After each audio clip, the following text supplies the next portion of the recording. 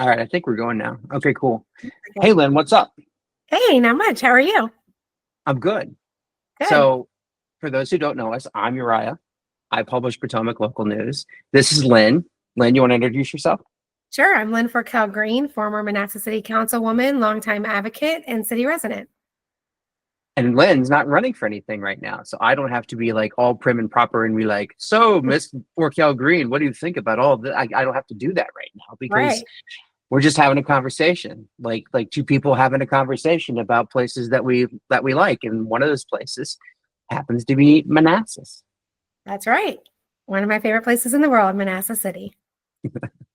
So there's a lot going on, and I appreciate you coming on and just having this conversation with me because I think it's fun to just to talk about what's going on where we live and some of the things that we go and see and do, and you're at meetings and out in the community all the time, and I'm typically writing about these things that's going on, but it's fun to once in a while just sit back and talk about it. And so a couple of things. I mean, so we've got, I mean, on the budget, on the city council side, there's so much going on, and the school board side. So, like, there's been a big debate about collective bargaining in the city schools and allowing, the teachers union, the association of teachers or whatever, Manassas Education Association, bargain collectively for, higher pay and being shut out of that whole process. So I want to get into that. There's some talk about bringing chickens, the chicken stuff, like everybody wants chickens. And for some reason, this is like the topic that will not die, having chickens at your house. So I want to talk about that. And then we can get into some fun stuff. I hear there's something new at Center Stroll that Yeah. is kind of fun to do. So let's start with the tough stuff first, like collective bargaining. So there was a couple weeks ago, there was a school board meeting. You had a bunch of teachers who either taught in Manassas or taught near Manassas. I know there's a lot of people that were not from Manassas that came out there. You were in the room. So talk to me about what you Yes. saw when these teachers came out and said, "Hey, we want to bargain for more money." Yeah, so thanks for asking that question in that way. So first of all, I think that, my purview has different lenses because I have been a granddaughter of a school teacher, a mother of a school teacher, and other first responders and things of that nature. So I definitely understand why they need to have their voices heard. And I'm all about public engagement and employee engagement. Where I think I differ with the collective bargaining for teachers and other public servants is it undermines taxpayer representation. And so when I say I'm against collective bargaining in a soundbite, it doesn't mean I'm against all unions. That's not true. But I am hesitant to support unions that take away taxpayer representation. And so what tends to happen is these collective bargaining agreements become very cumbersome. They become very expensive. We have to hire people at extraordinary salaries to manage them. And then you could basically just place anybody in a school board seat to have to manage what the attorneys are telling them they have to do. And so while I appreciate that the teachers felt cut out of the conversations, as someone who served on the city council, I think what I've witnessed over the past 8 years is a board, a school board, and a city council both saying in their own rights and respectives that they are equally dedicated to paying a fair wage and making sure that our teachers and first responders and all city employees really are paid fairly. And so how they manage that through taxation and other funds and decisions that they have to make during the budget time is really where the hard work is done. And I think that's the challenge for teachers to understand from a resident perspective. We are almost 50% or more of our budget goes to the schools. So it's harder to understand why the money is not getting to where it needs to go, especially when, just as you've reported and others, that our teachers have had raises year over year, really. And so I see the work being done. I see the conversation still going. I certainly appreciate other things that came up during that meeting, which I'm happy to talk about. So I think a lot of things Yeah, can like, be well, I outside mean, of the collective bargaining, process. Well, I mean, so we'll say like Prince William County, the neighbor, has collective bargaining, but they're like it's apples and oranges, right? Because there's like 7,000 students in the city of Manassas, which we're talking about, and then in Prince William County, there's like 92,000 students. So we're talking about a much bigger, different school division with different needs and what have you. But as far as I understand, and like I don't know, correct me if I'm wrong, but so they shut out the collective bargaining. They're like Manassas City School Board was like, we're not going to have that. We're not going to allow it because state law in 2020 was changed to bring this back. This was something that was around in the 1970s, and they brought it back in 2020. But to go forward and do it the way Prince William County did it back when they were doing it in 2021 and 2022, the school board has to allow it and make, I guess, determine what teachers and the union are allowed to bargain with them on. They have to set that up at the onset and allow it. Manassas just flat out said no. Well, so Manassas, I'm going to say this. The school board has been, there's a fair amount of people on the school board who are brand new to their role. They are learning how to work together, which I made statements about when I spoke.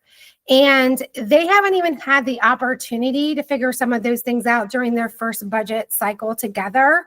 So to ask them to collect a bargain right now was a little bit, in my opinion, premature. Secondly, the cost escalation was something that most of them could not get past in the current budget discussion. So I think what they tried to do was say, listen, we want to work with you. We want to deal with this employee engagement part, but we don't want to do it through this avenue. So we're just going to go ahead and say, we've heard that you would like to do this. Our research and our subject matter experts have come back to us and told us that we are not going to really be able to afford this. And we don't want to mislead you and let you get down the road in this process and be disappointed then. And I think that that was a very strong leadership decision. Frankly, I'm very proud of all of the school board for doing that. I said to each of them as much. And I know it might not mean anything, but I didn't vote for all of them. But as a city resident, I'm pretty proud to see that in this instance, they did exactly what they were supposed to do. They collected all the information. And here, the Manassas Education Association is a teachers union. They do not represent all of our teachers. They are still working on getting enough people on a petition to come forward. So I think the school board saying, listen, we're not in a place to do this, really saved them that effort. In my opinion, I thought that was a good thing for them to do. Yeah, and so when this was happening in Prince William County, when they were still trying to, they were in the process of collective bargaining. The teachers union, Prince William Education Association, they were fixtures at school board meetings, and they came in and Prince William County. I mean, they have, again, apples and oranges with Manassas. I wish more people showed up at the Manassas School Board at citizen comment time to give them a piece of their mind, whatever it is. But more people, usually bigger school divisions, show up at Prince William County.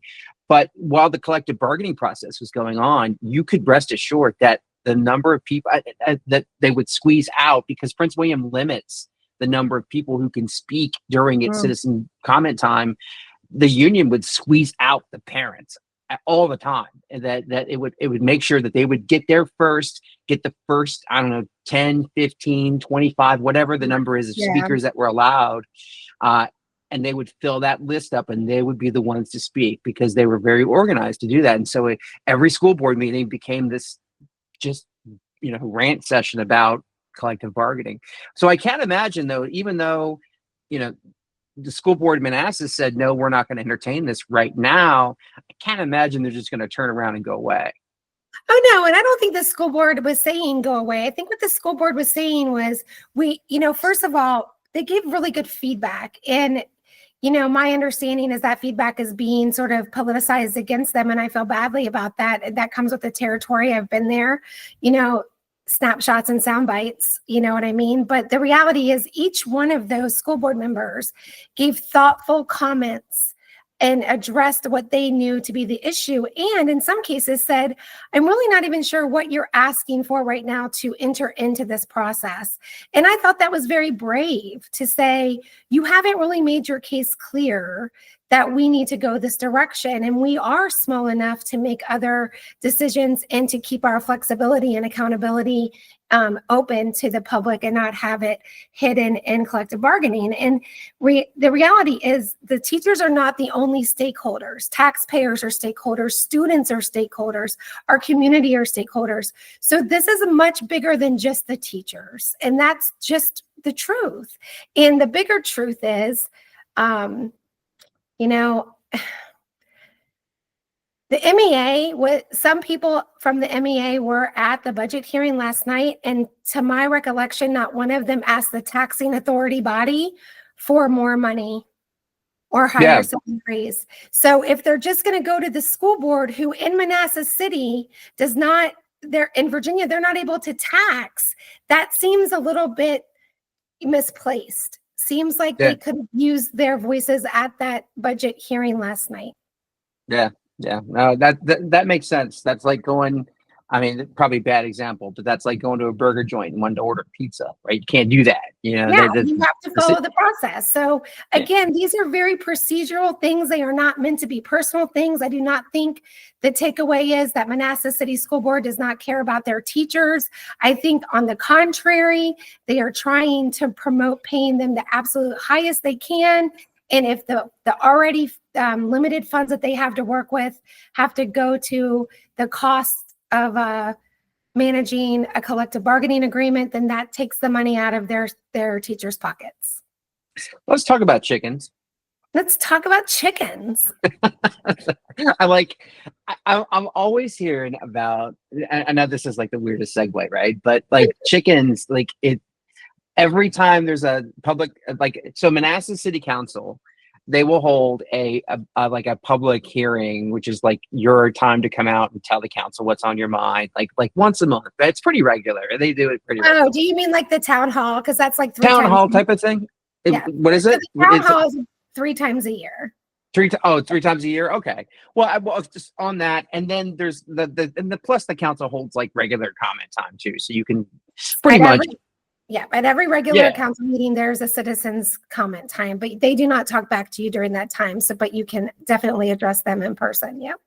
Yeah. And it seems like every time, we hear about chickens during these things, people want to have chickens at their house. And they're always like, everybody else has chickens. Why can't we have chickens?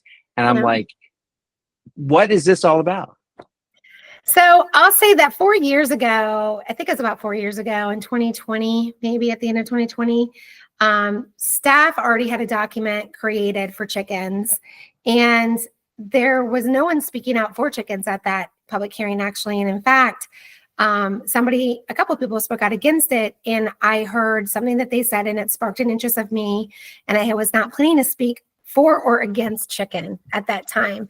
And I stood up and I said, something that resonated to me in the audience was, why are chickens treated like buildings and sheds and not like animals? Like, it should be animal control oversight, not anything else. When you're talking about code enforcement, it's not the same as a building or a shed. And so I said, listen, you got to get that fixed before you approve it. So then council just sort of sat on it.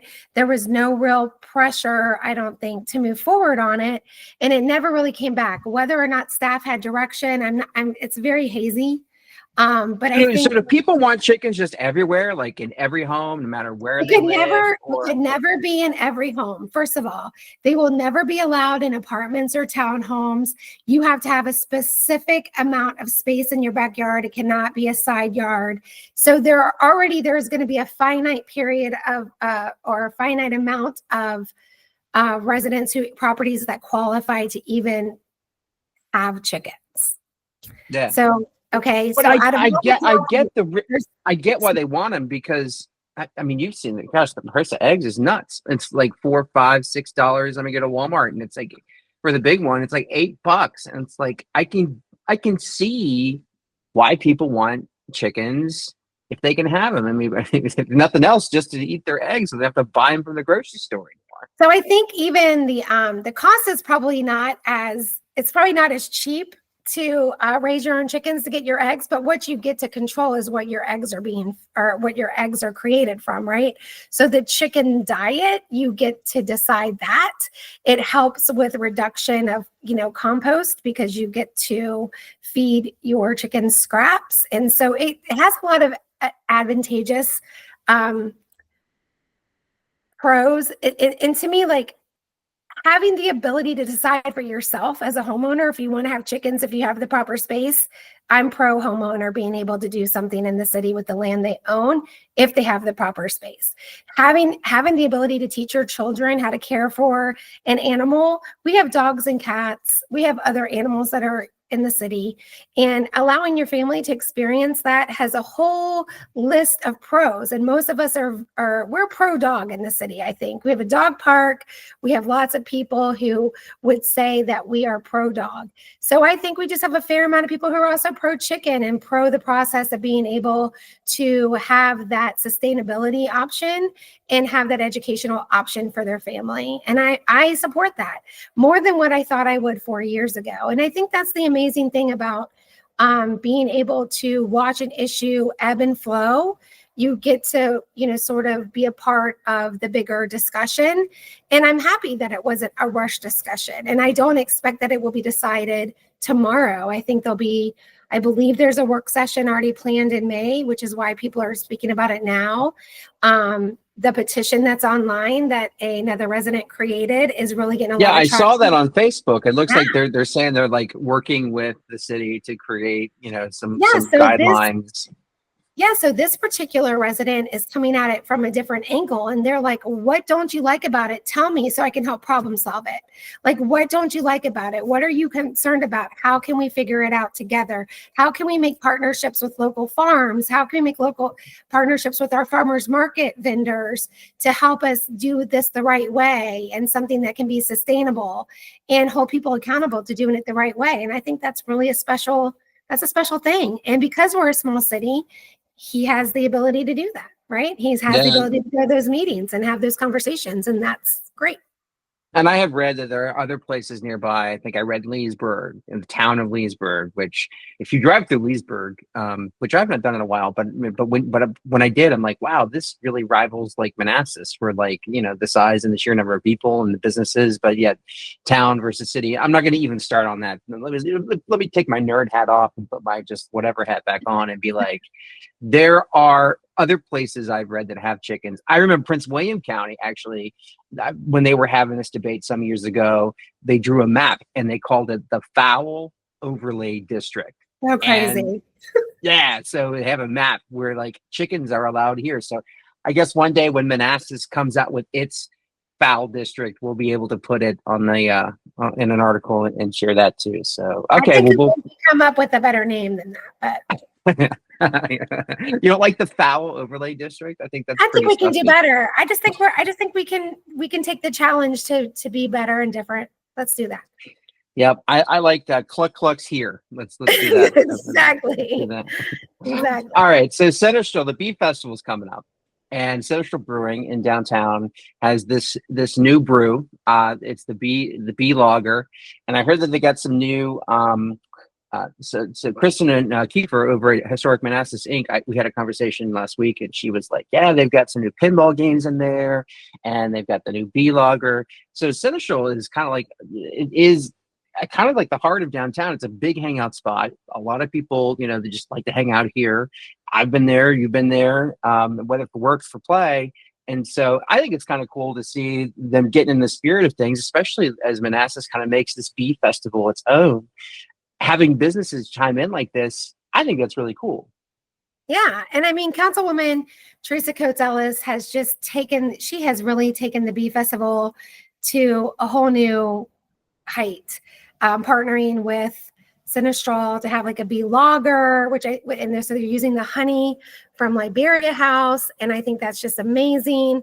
I shared with Councilwoman Coates Ellis recently that, and you probably don't know this about me, so this is just a fun fact. I actually have been a sufferer of seasonal allergies my entire life. And in fact, my husband and I, when we first met, I would carry around a box of tissues even to places like City Tavern or the pub or out to dinner during spring and fall because my allergies were just so bad. And over the course of the past several years, maybe 5, of incorporating the Liberia House honey and the Ellis honey in my diet, my allergies are 90% better. And I believe that's because the bees are within a 5-mile radius of my home and actually closer. So that's an amazing thing for our community. If you have allergies and you're not allergic to honey, that's something that maybe you can try to incorporate. It's been a life changer for me, truly. And then having all the people come to our city from a tourism perspective, having our business and our vendors look forward to this every year in June. Our residents are excited about this every year. And I'm just... That's awesome. I love it. Love it. I was out with the councilwoman, Teresa Coates Ellis, and her husband, George, at Liberia a couple weeks ago. And they were showing me their bees. And so I'll put some video up here when I put this all together and put it on YouTube. Great. But they were like, do you want to see the queen? And I'm like, what? And so like the queen bee, I'm like, oh yeah, cool. So I figured, yeah, if somebody asks you, do you want to meet the queen? You're always like, yeah, sure. That absolutely be an honor, right? So I'm like, yeah, let's do it. And so he starts like methodically going through all of the bee boxes and looking for it. He's like, it's not here yet. I'm still looking. Like he's totally dedicated to it. And the bees really start flying around. Now he's wearing a bee suit. And I'm not. Like I'm totally just out there like with my camera, and these bees are like starting to swarm all over here. And so luckily my camera has an extender pole, so I extended as far as it would go. And I'm like, okay, this is and I think he might have found something that looked like the queen, or like where she lives or sleeps or whatever. So I don't ever think I got to see the queen, but the Ellises are dedicated to bees. So I saw that firsthand. That was really cool. Yeah, and they're dedicated to also educating our community and our youth. And I think that that's amazing. I love that they are giving back in that way. And they're not keeping that, they're not gatekeeping what they're learning. They're just freely sharing it. And that's amazing. It's changed my outlook on bees for sure. Not that I'm against bees ever, but I think, we really take for granted how intricate our earth works, the life cycle of all these things. And when we say that we are for the environment, you really got to be for the environment. And some of these choices that get made at a, political level, it's not just a talking point, when they are getting rid of some things and overbuilding and overpopulating, it takes the balance away from lots of things, to include the bees. Yeah. The Bee Festival is June 21st. It's a Saturday. Right. Yeah. At Liberia House. So if you've never been, it's huge. And it started, I think it started back in like 2019 or 2020, one of those years. And it's grown like exponentially since then. So go check it out, June 21st. Very family friendly. Very, very family friendly. Yeah. Yeah. Hey, Lynn, this has been fun. Yeah. Thank you for having me. Cool. And if you want to know anything, guys are listening, you want to know more about Manassas or more about whatever we talked about, or if you have something you think we should be talking about, something that we should be looking into, please drop me a line. It's news@potomaclocal.com, and you can get our free email by going to potomaclocal.com and signing up for our free email. We send one out every single day. It's packed full of local news and information. Doesn't cost a dime. We encourage you to sign up and stay connected to your community. So that's it, Lynn. We'll see you again soon, yeah? Great. Thank you. Have a great rest of your day.